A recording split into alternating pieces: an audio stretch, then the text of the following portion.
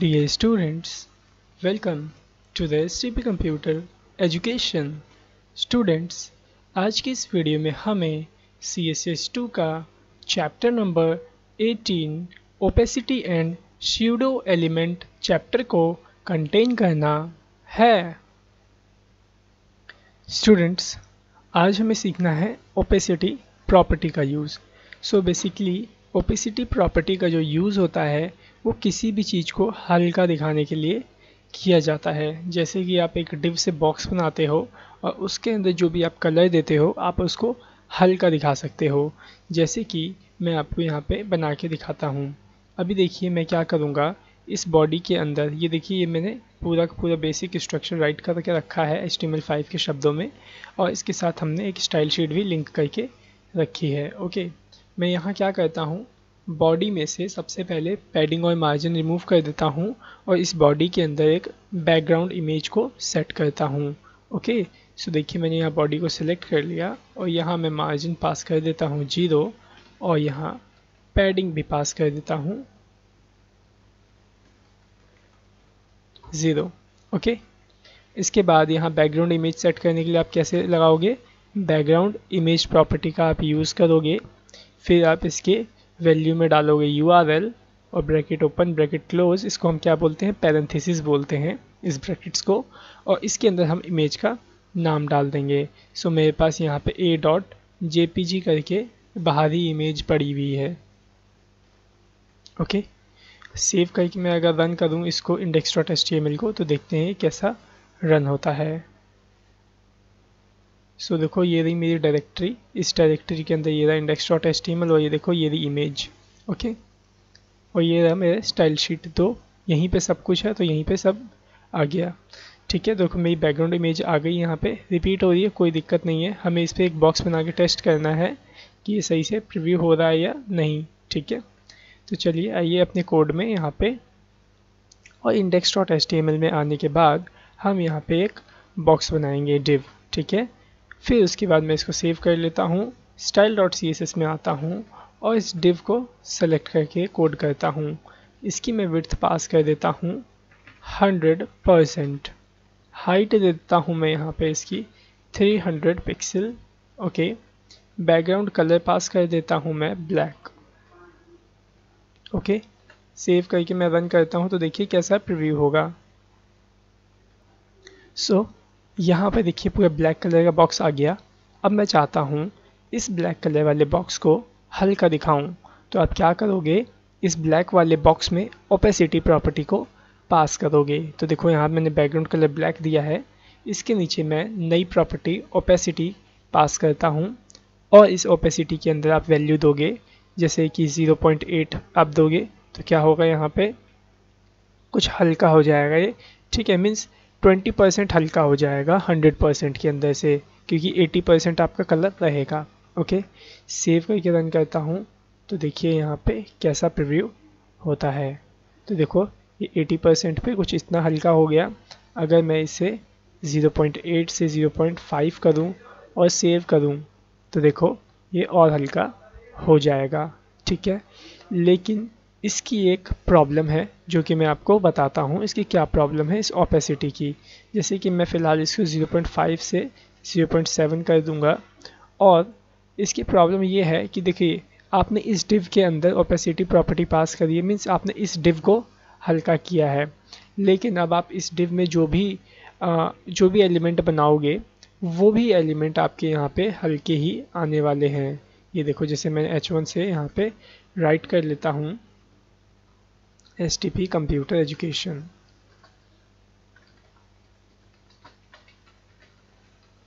Okay, मैं right कर लिया, सेव करके रन करता हूँ। ध्यान से देखिएगा क्या हुआ, यहाँ प्रीव्यू हुआ। हाँ देखो यहाँ पे आपका जो H1 है वो आ गया है, लेकिन वो हल्का है। जब भी तो देखो H1 में पैडिंग और मार्जिन होता है, जिसके कारण देखो ये आपका बॉक्स जो है वो ऊपर से नीचे खिसक गया, और ये देखो ये रहा आपका H1 से लिखा हुआ। लेकिन जो H1 से हमने लिखा है वो तो ब्लैक कलर में आना चाहिए था सॉलिड, बट ये पूरा ब्लैक में नहीं आया। अगर आपको अभी भी विश्वास नहीं हो रहा तो देखिए मैं क्या करता हूँ, इस H1 का कलर चेंज करके आपको दिखाता हूँ। तो देखो मैं यहाँ पे H1 का कलर चेंज करता हूँ। तो मैंने यहाँ H1 को पास किया और इसका जो कलर है मैं रेड कर देता हूँ।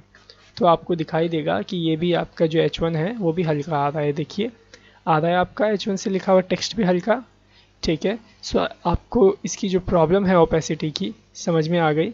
लेकिन अब जो देखो जो ऊपर से खिसक के आ रहा है ये इसमें पैडिंग और मार्जिन की वजह से आ रहा है, क्योंकि H1 में आपको पता ही है बाय डिफ़ॉल्ट पैडिंग और मार्जिन होता है। तो अभी तो फ़िलहाल मैं सबसे पहले इसका पैडिंग और मार्जिन रिमूव कर देता हूँ H1 का, यहीं से कॉपी पेस्ट कर देता हूँ, ठीक है। सेव करके अगर रन करूँ यहाँ पे तो पैडिंग मार्जिन हट गया। लेकिन मैं चाहता हूँ जो भी इसके अंदर कंटेंट है वो सॉलिड ही रहे, लेकिन जो मेरा ये बॉक्स है ये बॉक्स ऐसे हल्का रहे, ठीक है। उसके लिए आपको पता ही है एक ही उसका उपाय है कि आप ओपेसिटी यहाँ मत लगाओ, आप सीधा जो बैकग्राउंड कलर है उसे RGBA फॉर्मेशन में प्रेजेंट करो। RGBA मीन्स याद होगा आपको, करवाया होगा मैंने, रेड ग्रीन ब्लू की। आप पहले यहाँ वैल्यू डालोगे। जैसे मेरे को ब्लैक कलर बनाना है तो मैं क्या करूँगा, यहाँ 0 0 0, सो रेड ग्रीन ब्लू 0 0 0 होता है तो ब्लैक कलर बनता है। उसके बाद कॉमा डाल के ओपेसिटी वाली वैल्यू आप डाल दो। तो मैंने यहाँ 0.8 डाल दिया। सेव करके रन करता हूँ तो ये देखिए यहाँ पे जो आपका ये H1 था एकदम डार्क आ गया, सॉलिड कलर में आ गया, ठीक है। सो आई थिंक आपको समझ में आ गया होगा कि किस तरह से वर्क करता है ओपेसिटी और उसमें क्या प्रॉब्लम्स हैं। अब आप मुझसे ये पूछेंगे कि फिर ओपेसिटी को बनाया किस लिए गया है जब उसका यूज़ ही नहीं होता है। तो स्टूडेंट्स मैं आपको बता दूं, ओपेसिटी का यूज़ जब हम एनिमेशंस बनाते हैं उसके अंदर उन किसी एलिमेंट को हाइड करने के लिए ज़्यादातर किया जाता है, जो कि आप CSS 3 में सीखने वाले हो। ओके, तो चलिए आई थिंक आपको समझ में आ गया होगा ओपेसिटी का भी कॉन्सेप्ट क्या है और इस बैकग्राउंड कलर का RGB का भी कॉन्सेप्ट क्या है, ठीक है। तो अब चलिए हम बढ़ते हैं अपने स्यूडो एलिमेंट की तरफ। अभी तक आपने जो पढ़ा था वो था स्यूडो क्लासेस, ठीक है। स्यूडो क्लासेस में क्या होता था कि यहाँ पे एक ही बार कॉलन होता था, वन टाइम कॉलम हम लगाते थे, ठीक है। लेकिन स्यूडो एलिमेंट में हम 2 टाइम्स कॉलम लगाते हैं, फिर उसके बाद उस एलिमेंट का नाम लिखते हैं, ठीक है। सो आई थिंक आपको समझ में आ गया होगा स्यूडो एलिमेंट और स्यूडो क्लास में क्या डिफरेंस है। अगर आपको स्यूडो क्लास पहचाननी है तो क्लास में 1 कॉलन और एलिमेंट में 2 कॉलन, ओके। आपको बिफोर और आफ्टर तो आता ही होगा, याद होगा आपको। चलिए मैं बताता हूँ। मैं क्या करता हूँ, यहाँ से सभी कोडिंग रिमूव कर देता हूँ, ओके। इस सबको मैं डिलीट कर देता हूँ और index.html के अंदर से भी ये वाला जो div है इसको भी मैं रिमूव कर देता हूँ, ओके। और यहाँ पे बस H1 में से HTTP को रिमूव कर देता हूँ, ओके। सो अब हम इसमें बिफोर एलिमेंट और आफ्टर एलिमेंट का भी यूज़ करेंगे, ओके। सो देखिए style.css में आइए, यहाँ पे देखो H1 से टेक्स्ट रिटर्न है। सो मैं क्या करूँगा, यहाँ पे H1 से टेक्स्ट को रिटर्न कर लूँगा, ओके। सेलेक्ट कर लूँगा H1 को, यहाँ पे मैंने सेलेक्ट कर लिया। इसके बाद याद होगा आपको कंटेंट प्रॉपर्टी जब हम इसमें लगाते थे तब हम यूज़ करते थे बिफोर और आफ्टर का।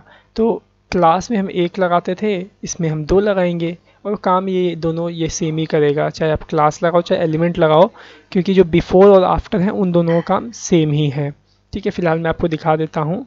मैंने यहाँ पे बिफोर लगाया, ओके, और उसके बाद मैं यहाँ पे कंटेंट में एक टेक्स्ट राइट कर देता हूँ। कंटेंट प्रॉपर्टी आप लगाओगे, डुअल कोट्स होगे, और मैंने यहाँ पे HTTP टाइप कर दिया, ओके। अब मैं सेव करता हूँ और रन करता हूँ, जो ध्यान से देखिएगा। मैंने रिलोड किया पेज तो देखो HTTP यहाँ पे ऐड हो गया, ठीक है। लेकिन अगर मैं यहाँ बिफोर की जगह आफ्टर कर दूँ तो क्या होगा, ये HTTP लास्ट में आ जाएगा, ये देख रहे हैं आप, ठीक है। सो आई थिंक आपको समझ में आ गया किस तरह से आप यूज़ करोगे H1 में आफ्टर और बिफोर स्यूडो एलिमेंट का। अब अगली प्रॉपर्टी है इसके अंदर फर्स्ट लाइन या फिर फर्स्ट वर्ड। तो देखिए फर्स्ट लेटर है, सॉरी फर्स्ट लेटर। तो फर्स्ट लेटर का क्या मतलब हुआ, देखो यहाँ पे मैं यूज़ करता हूँ फर्स्ट लेटर, ठीक है। कंटेंट प्रॉपर्टी इसमें से हटा देता हूँ। अब देखिए होगा क्या, जो मैंने यहाँ H1 में कंप्यूटर एजुकेशन लिखा है, इस कंप्यूटर एजुकेशन का ये फर्स्ट वर्ड जो है, फर्स्ट लेटर C, इसके ऊपर वो सभी प्रॉपर्टीज़ और वैल्यू काम करेगी जो भी आप इसके अंदर दोगे। जैसे कि अभी देखो, अभी मैं सेव करके अगर मैं रन करूं तो देखो यहाँ पे सिर्फ कंप्यूटर एजुकेशन आपको दिख रहा होगा। सो मैं क्या करता हूँ, फर्स्ट लेटर में सबसे पहले फर्स्ट लेटर का कलर चेंज करके दिखाता हूँ आपको, रेड। सेव करता हूँ, रन करूँगा तो देखो क्या हुआ, सी का जो फर्स्ट लेटर है हमारा कंप्यूटर का सी, उसका कलर चेंज हो गया। सो आप यहाँ पे जो भी प्रॉपर्टी और वैल्यू दोगे वो वहाँ पे वर्क करेगी सिर्फ फर्स्ट लेटर में। ठीक है, अगला जो एलिमेंट है उसका नाम है फर्स्ट लाइन।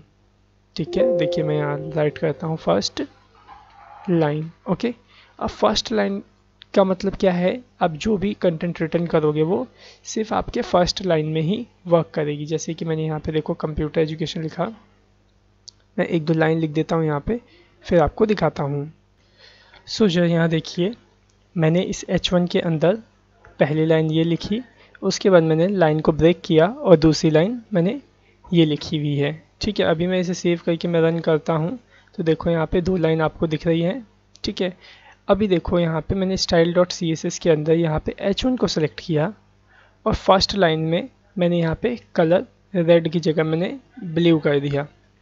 ओके, सेव करता हूँ और मैं रन करके चेक करता हूँ तो देखो होगा क्या, जो भी आपके H1 का फर्स्ट लाइन होगा उसका कलर चेंज हो जाएगा। या फिर आप इसमें कलर ब्लू की जगह फॉन्ट साइज़ दे दो, या फिर याद होगा आपको काफ़ी सारी प्रॉपर्टीज़ मैंने, आप कुछ भी जो चाहो प्रॉपर्टी आप इसमें टेक्स्ट की यूज़ कर सकते हो। अंडरलाइन देना चाहो तो अंडरलाइन कैसे देते हैं हम, याद होगा आपको, टेक्स्ट डेकोरेशन प्रॉपर्टी का हम यूज़ करते हैं। ओके, टेक्स्ट डेकोरेशन, और इसमें वैल्यू दे देते हैं अंडरलाइन। ठीक है, सेव करता हूँ, देखना सिर्फ फर्स्ट वाली लाइन में अंडरलाइन आएगी और सेकंड वाली लाइन में कुछ भी नहीं होगा। ठीक है, सो आई थिंक आपको समझ में आ गया कि किस तरह से यूज़ करते हैं फर्स्ट लेटर और फर्स्ट लाइन का। अब रह गया है सिलेक्शन। अब सिलेक्शन कैसे होती है जरा वो ध्यान से देखिए। यहाँ देखिए, अभी आप इस लाइन को जब सेलेक्ट करते हो तो देखो क्या होता है, इसके बैकग्राउंड में एक ब्लू कलर आता है और टेक्स्ट जो है वो वाइट हो जाता है। तो मैं क्या चाहता हूँ, जब मैं भी अपने वेब पेज में किसी भी कंटेंट को ऐसे सेलेक्ट करूँ तो वहाँ पे ये ब्लू कलर ना आए, जो कलर मैं चाहूँ, ये जो प्रॉपर्टीज़ मैं चाहूँ, जैसा डिज़ाइन मैं करना चाहूँ वो डिज़ाइन यहाँ पे प्रेजेंट हो। तो उसके लिए आप यूज़ करोगे सिलेक्शन प्रॉपर्टी का। ओके, तो देखो यहाँ पे मैंने फर्स्ट लाइन की जगह सिलेक्शन यूज़ कर लिया। ठीक है, सिलेक्शन एलिमेंट का, सिलेक्शन शैडो एलिमेंट का मैंने यूज़ किया और मैं यहाँ पे करता हूँ कलर वाइट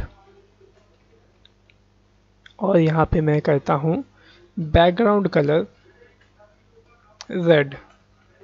ओके, सेव कर लेता हूँ। इस H1 को अब मैं जब भी सेलेक्ट करूँगा तो उसका बैकग्राउंड कलर रेड आएगा और जो उसका टेक्स्ट होगा वो वाइट आएगा। ठीक है, तो देखो मैंने इसे रिलोड किया। ओके, अब देखो मैं यहाँ से सेलेक्ट करता हूँ इसको, देख रहे हैं आप, रेड कलर में ये आने लग गया। ठीक है, सो आपके ऊपर डिपेंड करता है कि आप कैसा इसे डिज़ाइन करना चाहते हो और कैसा इसे बनाना चाहते हो। ओके, सो आई थिंक आपको समझ में आ गया होगा कि किस तरह से हम शैडो एलिमेंट का यूज़ करते हैं और शैडो क्लासेस का यूज़ करते हैं। स्टूडेंट्स, अब जो ये CSS2 है आपका, वो जितना मेरे को अच्छी तरह से आपको पढ़ाना चाहिए था वो सभी प्रॉपर्टीज़ और वैल्यू और CSS को मैंने अच्छी तरह से आपको पढ़ा दिया है। और अब जो CSS में कुछ प्रॉपर्टीज़ और वैल्यू रह गई हैं उन सभी प्रॉपर्टीज़ और वैल्यू को हम CSS3 में अचीव करेंगे, क्योंकि वो सारी प्रॉपर्टी और वैल्यू CSS3 की हैं। लेकिन CSS2 में हमें जितना पढ़ना चाहिए था अच्छे से वो हम लोगों ने पढ़ लिया है। ओके, सो अगर कोई भी आपको CSS के चैप्टर्स में डाउट हो तो आप हमें ज़रूर कॉल करके पूछिएगा। Okay, so thanks for watching our video. Have a nice day.